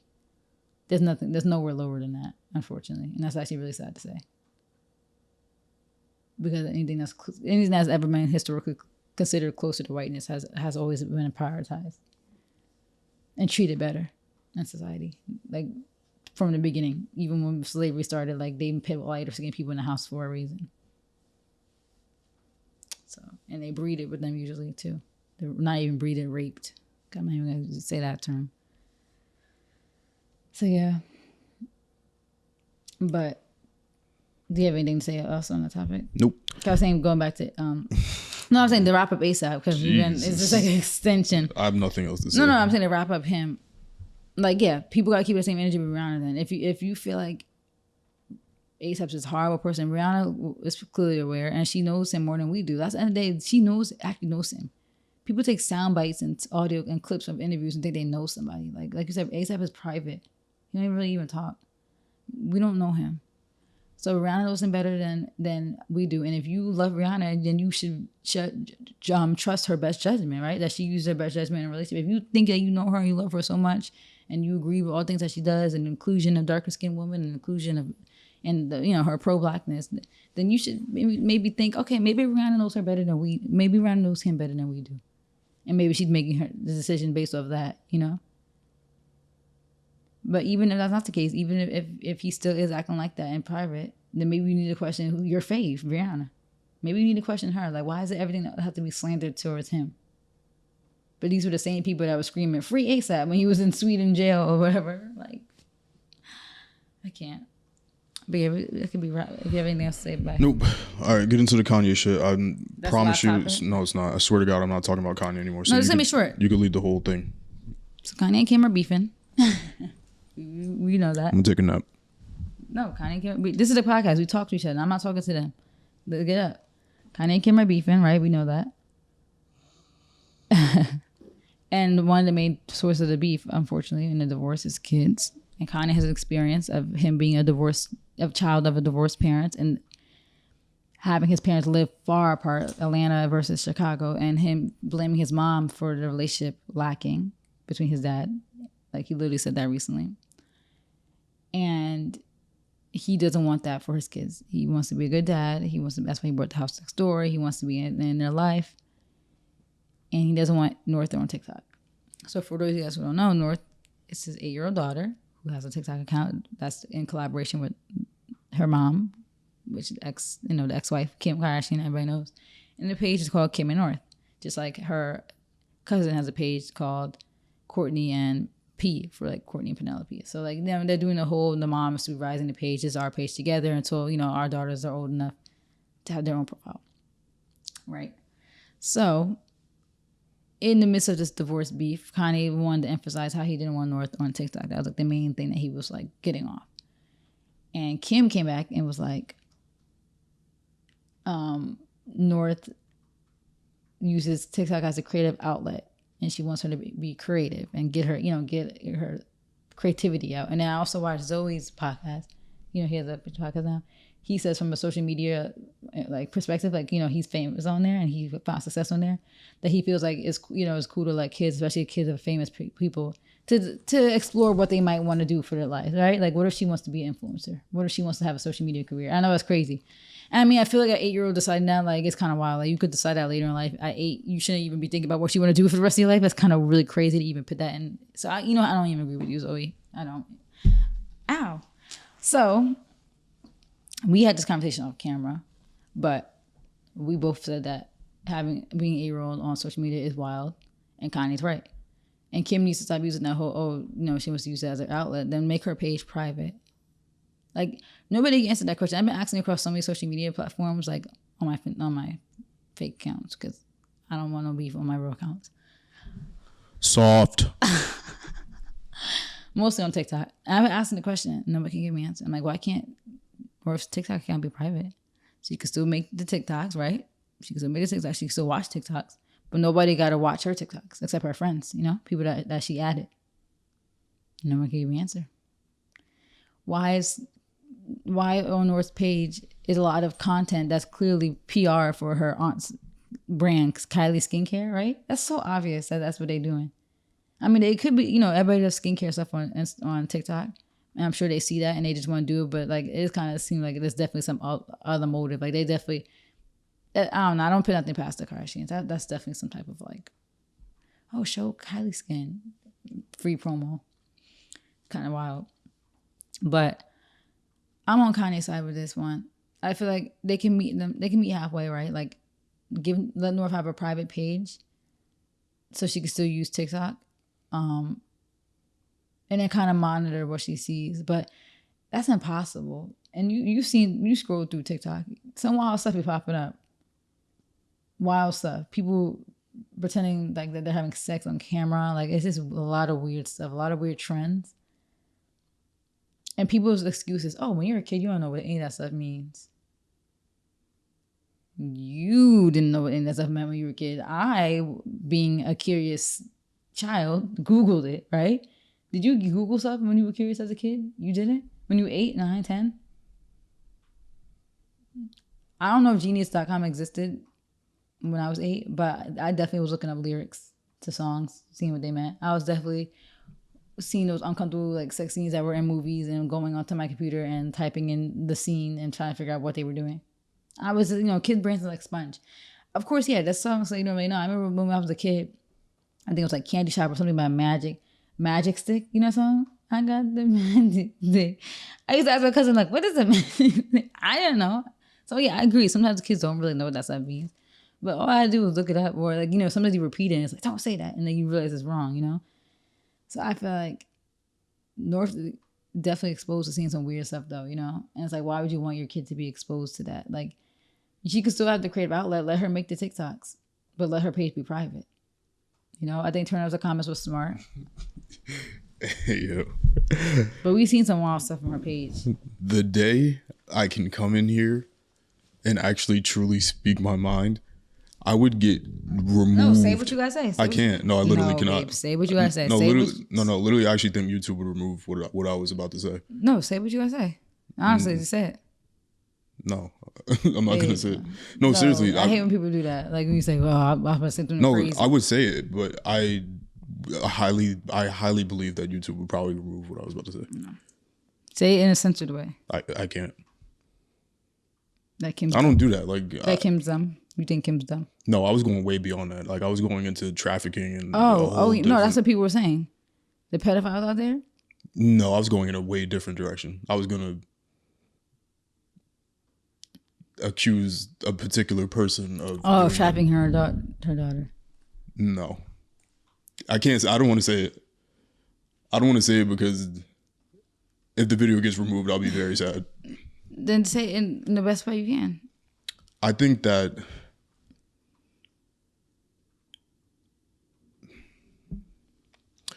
let me first and foremost preface this again, but I don't give oh my God. About the Kardashians at all. I really don't care. I don't. I'll just say that first and foremost. You say this every episode. No, I have to because when we do people know. But the reason why I do that is because if you cut clips, then people, the randoms are gonna come all over the place and come kill you. Like nobody knows us. We got 27 subscribers. I know. So nobody knows what I'm saying. I don't care, right? I don't care how they run their family. I don't care about their PR marketing things. I don't care. I literally could not care less. I actually, at one point, had Kanye, West, Kim, Kardashian, a bunch of those words muted on Twitter, and it was like harmonious. But I felt like that was kind of soft, and like I don't do that blocking accounts kind of thing. So I was like, all right, that's kind of soft. I'm blocking people. So I removed it. I'm mad I removed it because it's like annoying. Like I almost want to like put a block on Euphoria. Yeah, Euphoria is sick. Oh my God, I wish people would shut up. It's not the tweets though. It's because Twitter does that thing now. Because like I only follow 30 people. It'll be like, shows you, oh, you may like this. It's like, no, I don't like that. I don't watch the show. I don't like that. It shows good though. You missing out. But I think that what's their mom's name? Kim. Oh, Chris. Chris is. See, because what I was about to say was what I was about to say was gonna go all the way back to like the OJ shit. And it was just going to get crazy. So, I mean, I don't really want to be sitting here all night. But long story short, I think that if anybody's familiar with the concept of I believe Chris to be that. What's that? I don't want to explain it. It's like the head honcho? Like that oversees everybody underneath them? No, it's a lot deeper than that. I just don't know what we can say and what we can't say on YouTube anymore. Yeah. What can we say? What are we allowed to talk about? YouTube rules are super strict. That's why people just be like, they call like the shot. The Vaseline. Can't even say that word anymore. Well, if you can't say that, then I don't know. Well, you can say vaccine. We can say vaccine. But me saying it will flag the video. Now CDC is under our video. Yeah, but we're just saying anything bad about it. So if you say the word and they go to they'll scan through the video to see if you're saying anything like anti about it, and we're not. So. All right, whatever. If they take it down, I'm not doing another video on YouTube again. Seriously. Basically, a is a woman that other women and collects the money from it. Basically, the woman version of a pimp. Okay. I believe Chris to be that, and I think that she all her daughters for money, and she couldn't do that with her son. That's why they kind of left him from scraps. And doing it with the grandkids. And she's doing it with the children too. And I think that Kim is doing it, and I think that they all do it. I think that let me cook. I think that that's what YouTube families do. I feel like that's what everybody does. Everybody takes their kids, flips it for money,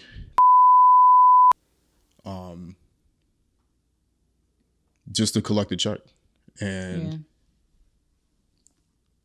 And they couldn't wait until North got to that age where she's like kind of, you know, not old enough, but she's not too young anymore. She can speak, she can film. Yeah, but I'm taking even a step further than that and saying like literally sexual relationships 1,000% were conjured up by Chris to get different leverage in different areas.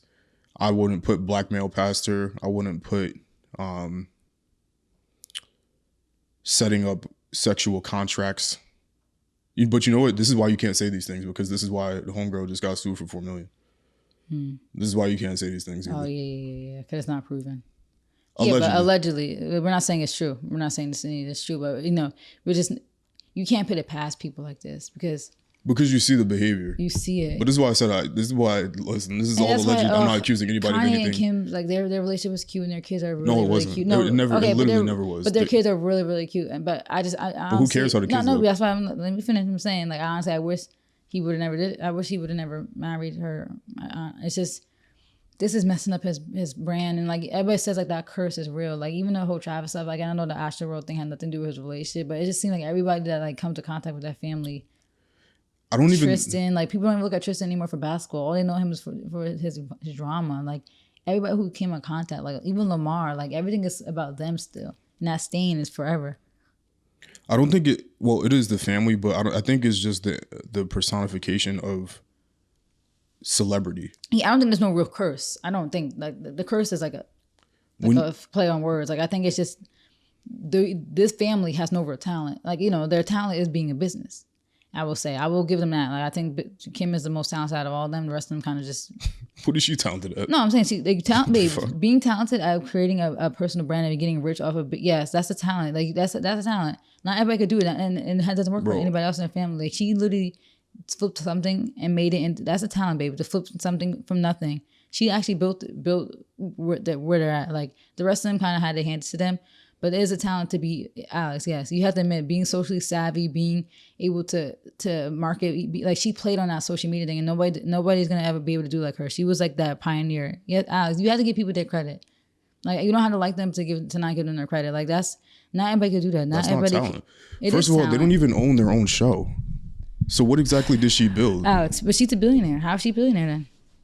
You got to give people their credit. She's a billionaire off of other people. No, but she like Ryan Seacrest is the one that owns their show. But she still built an empire off of nothing. Like imagine what's the empire though? Their empire that they have, like their name is a household name now. Like that didn't come out of nowhere. Like, that's why the OJ show emphasized that people like didn't even know how to say Kardashian during the OJ trial. They were like, who the Kardashian? Like they literally are a household name now. They hold the top following. We're talking about talent.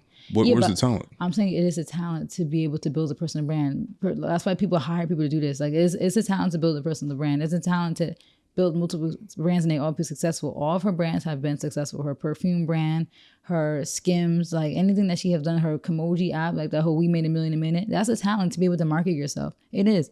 And she used that social media thing. She was the pioneer of the social media Instagram model thing. Like she was able to flip and make money. And anybody that you can make money that's legal, I think is a talent. Babe, I feel like you have to give her credit, honestly. Not having interpersonal skills is not everybody don't have it. Everybody don't got the gift of gab. Everybody don't got it like that. Everybody don't got that shine that takes you far in life. Like not everybody got it. And she created multiple successful businesses. Like it has to be a talent to be able to flip you being a closet cleaner for other celebrities and having a sex tape release and turning it into an empire where your whole family's eating. That's a talent. I don't think anybody else in that family is talented. I think she's really the only talented one. Because everybody else is eating off that. They're all eating off her fame. Nobody else really cares for the rest of them. Like Kim's really the one, and now she's doing the lawyer thing. Like it's a talent too to maintain relevance. That's talent in my opinion too. Like moving with the times. So I don't know. I'm not comparing her talent to a singer. No, that's two different. That's will be a slap in the face, but it's still a talent. It's not. I'm not saying it's a top tier talent. I'm not saying it's like a high, a renowned talent. I'm not saying that, but it's still a talent. You still got to get credit where due. You know, I mean, people like fake, like, everybody talks about Kanye maintaining irrelevancy for 10 plus years. You had to give Kim that credit too. Kim has been relevant for over a decade. So you got to give her credit. People fall off all the time. So many Instagram models came and went. You got to give her credit because she still remains that relevancy. So, I'm not going to be a hater. I don't really like her much anymore, but I'm not going to be a hater and say that she doesn't have a talent. You know what I mean? Open your eyes. But I do agree with you on the Chris thing. Allegedly, that's what she's doing. 'Cause I don't put anything past them. And like you said, they want their, like, it's all, a lot of it is calculated. And I think with this divorce, Kanye already saw the calculation with them, but I think with the divorce, he's seeing it even more. And I wouldn't put it past that. There's a lot of evil stuff going on behind the scenes that people are so mad at Kanye for bringing stuff to the internet. And I still think he should keep it off, but we don't know what he's going through. And this really might be his only way to get things moving his way. Cause he's, people are going to be scared. They're not going to want him posting no screenshots of the messages no more, So they're going to make sure he gets, like, fair treatment before he exposes them again. So I think he has no choice, honestly, but to go on the internet. Because I think that was his last resort. But do you think he should keep it off the internet?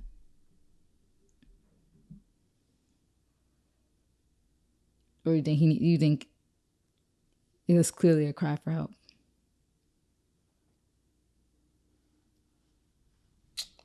I don't know. Right. You gotta give an answer. I don't know. Do you think it's a cry for help, or do you think he's just being dramatic? Or being a brat? Everybody's trying to say he's being a brat. People.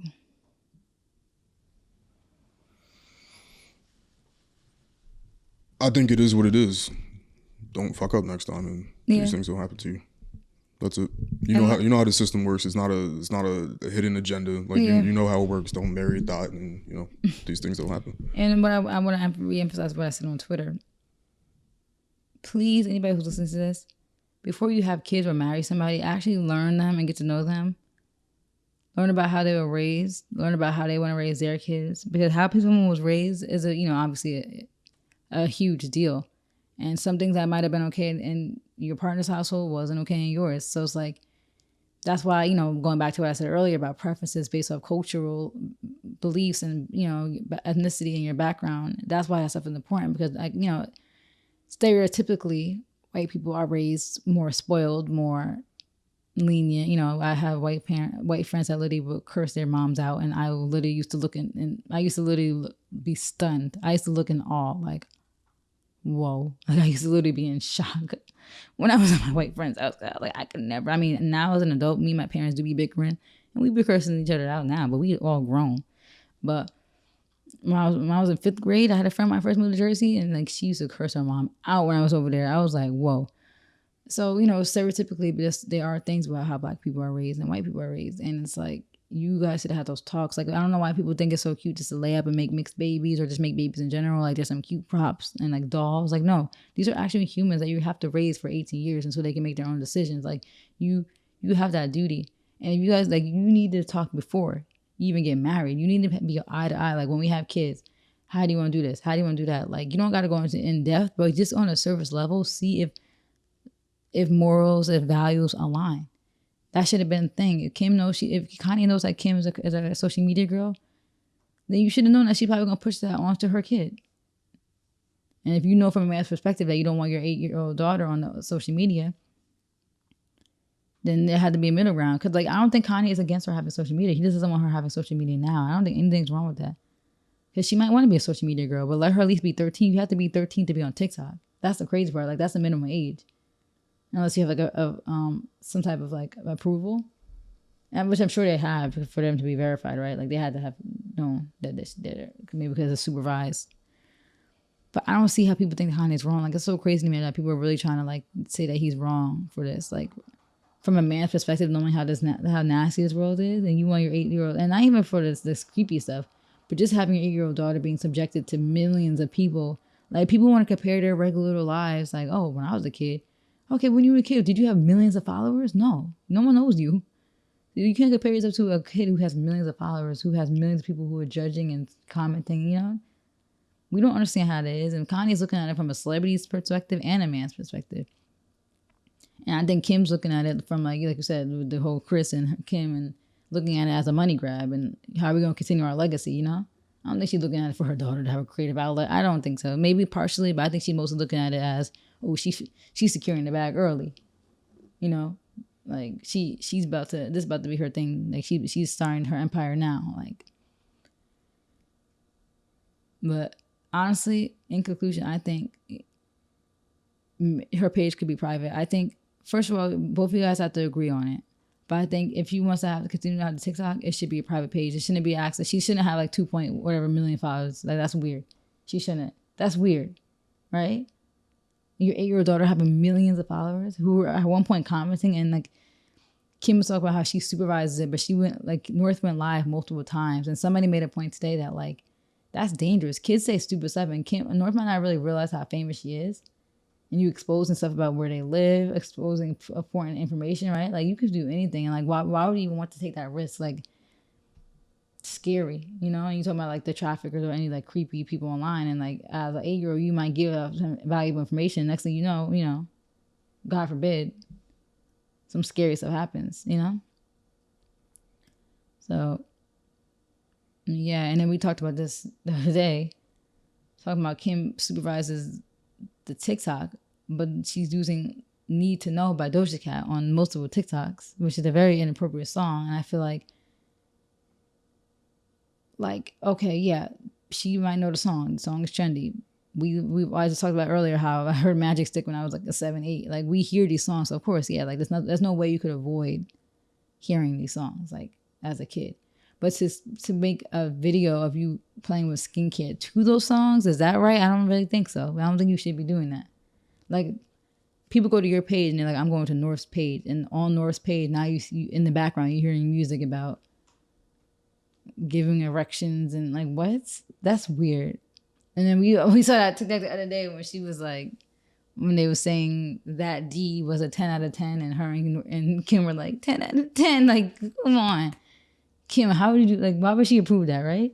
Don't you think that's sick? Like, if you were Kanye and you saw that, how would you feel? Like, try to put yourself in a dad's perspective. I mean, you saw on TikTok that your daughter and your wife, ex-wife, were saying that D was a 10 out of 10 and doing 10 out of 10. Lip syncing that explicit song. How would you feel from a man's perspective and as a dad? Seeing that, would you be like, oh, she's just having fun? Yeah. Baby. No, for real, you don't think nothing wrong with that? You don't see nothing wrong with that? I see a larger issue with TikTok in general. I hate TikTok. It's actually kind of fucking stupid. TikTok is actually a really sick app, and they allow way too much stuff. Like, they say that they monitor stuff, but they'll delete videos about people talking about black rights, but then they'll keep videos of girls twerking. Like, there's one guy, you've probably seen his videos. His name's like Memphis, I Heart Memphis. His whole page is just him with girls twerking. He's still around. Yeah, you know him? I didn't know him until TikTok. That's literally his whole page is girls twerking, like his girlfriend Coco. But if you make a video talking about how black people run TikTok, they don't take that down. Like, who's monitoring this? TikTok is really kind of evil. It's an evil app. It's very sick. What's your issue with TikTok? I think that anything that gets popular for any reason is a problem. I think popularity in any context is there's an issue there. Mm-hmm, like agree. Those Marc Jacobs tote bags that are everywhere, there's an issue with that. You wearing Arc'teryx now, there's an issue with that. Or well, hear me out. I used to ski. I mean, I still ski. I've been skiing for 20 years. I knew about Arc'teryx before. But you're only buying it now because other people are wearing it. That's a problem. Or everybody running to TikTok when all it is just. I like Arc'teryx. Like, there's nothing majestic about the app. I mean, it's an interesting app, and you know, like, making videos are fun. I will say they are fun, but it's overhyped. It's just not like. It's not groundbreaking. I can't take anything like McDonald's, the most popular fast food chain. Problem. Because I feel like because the sheep culture is concerning to follow anything that's popular. I can name a million different things that are popular and is an issue. Mm-hmm. I just don't. I think the app in general, like I don't actually like haven't had it and deleted it. I don't really get the like. I actually don't get it. It's like mindless scrolling. I mean, it's entertaining. Like, I'm not gonna act like it's not entertaining. Like, it's definitely some entertaining stuff, and it's definitely some insightful stuff. That's why you know you gotta like interact with the stuff that you want to see. Like, I follow a lot of pages that's teaching me a lot, you know, giving me a lot of like random information I would have never knew, and like, you know, it's cool, it's entertaining, it's inspiring in some ways. So you see people like on trips and stuff, and it's like, yeah, you know, it inspires you to be all right. Let me turn this off and get the CPA so I can travel more. You know, like. There's definitely some cute videos in there, like that's inspiring. I do feel like there's a lot of sick stuff on there though, and a lot of weird stuff. And I'm not really a big fan of the dances anymore. Like that's kind of weird to me. Like I don't know, that's kind of annoying. But I mean, it's entertaining. Yeah, like we as humans seek entertainment, and like it's just something to like, you know, like sometimes it lightens up your day. It's like, oh, you know, this was a cute, funny. Yeah, but you're not allowed to have your day lightened up if you're not successful. That's what I was just saying earlier. Like, hey, no, but I think it has to be a balance. Like I feel like everybody has the right to be able to go and to enjoy things. Like we all can enjoy things, but I feel like the hypocrisy is if you spend 20 hours or 24 hours. No, what you choose to enjoy is a problem. If you are saying you need to get enjoyment and that enjoyment is out of scrolling endlessly through TikTok, I didn't mean it like that. That's a problem. I just meant you should, you know, the whole let people enjoy things. I do feel like you should be able to participate in using TikTok, but it has to be a balance. Like you can't participate in TikTok overwhelmingly and then in the same breath be on TikTok complaining about how you want money. Then yeah, that's stupid. The app is terrible. The app has potential to be better. No, don't try to side with me. Like keep your own opinion. I'm just saying that the app. I enjoy the app, but there's a lot of things I disagree with it. I don't like. You know, I wish it was U.S. owned. I wish it was better. Like it is U.S. owned. No, it's China owned. They operate in TikTok is a separate company. But their parent company is in China. Yeah, but exactly. But that means that's still the major control and influence is from that. And a lot of I don't know, a lot of the stuff is weird. The censoring, some of the stuff on the app is a little weird. And like I know a lot of people that got banned just for speaking out on like black issues. So I don't know, TikTok's it's strange. I'm not gonna stop using it though, right? Never. No, it never happened. You just used it yesterday. I don't even have. I delete. All right. You just deleted it, babe. Micah, I don't even have an account. You just deleted it. No, I don't even. You could search my TikTok. I didn't just say I delete. I wasn't on TikTok. I don't have the app. I don't have an account. Yeah, but you just deleted it, babe. No, but I didn't just delete it. It was like a few days ago, like a week ago. We was talking about how you access your DMs on TikTok. You just deleted it. It wasn't that wasn't last week. Babe, that was this year. That was 2022. It was. The year just started. It was. Yeah, it was. And I didn't use it. I literally never used it. That's why I even asked how you even get to the DMs. But you use Reels. Reels is the same thing. I don't even use Reels. Like you may take like 2 seconds out of the day where like I went to open Instagram. I just opened my my Instagram today because I don't go on Instagram anymore, and checked my DMs. And I was showing my parents a video of the rats that you sent me last week, and my parents were like, "Oh, I saw that video last week." I was like, "Oh, my bad. Alex sent it out last week, but I just didn't see it till now." You sent me mad videos. I sent you one today. Yeah. I sent you one. Today's Tuesday, technically. I sent you one Friday, Thursday. Yeah. Thursday. January 30th, which is a little over a week ago. Sunday. Last one before that is January 26th. Okay, but the point is you still use it too. So I don't feel like you shouldn't judge me and I still use it. Like you can have your issues with things and still use it. I just my issue is the overconsumption mostly with social media. No, there's a lot more issues than that. Well, yeah, there's a lot more issues. But there's nothing I can do about it as an individual. Like me not using it is not gonna stop TikTok from running.